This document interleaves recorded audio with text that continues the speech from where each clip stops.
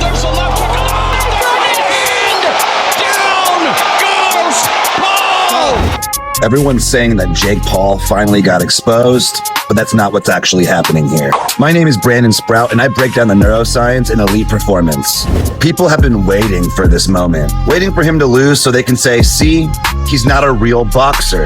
The truth is that anyone that trains hard, that is willing to tie up those gloves and compete in the ring, is a real boxer. And most people don't realize that fighting someone 40 pounds heavier doesn't just change strategy.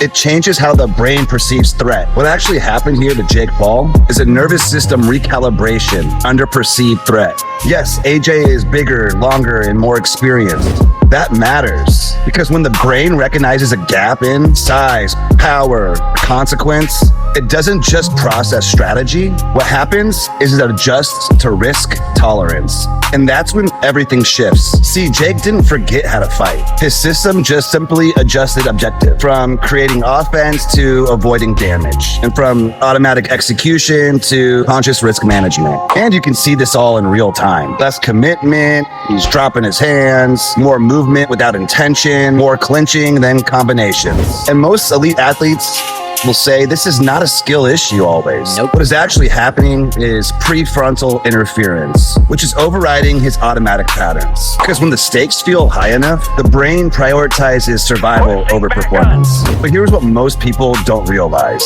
You can simulate size and speed in training, but it's very hard to train perceived consequence at that level. The lights, the narrative, the pressure of being validated or exposed, that's what shifts the system. That's why his game plan didn't just fail, it changed. And once a fighter changes from trying to win to trying not to lose, everything becomes reactive.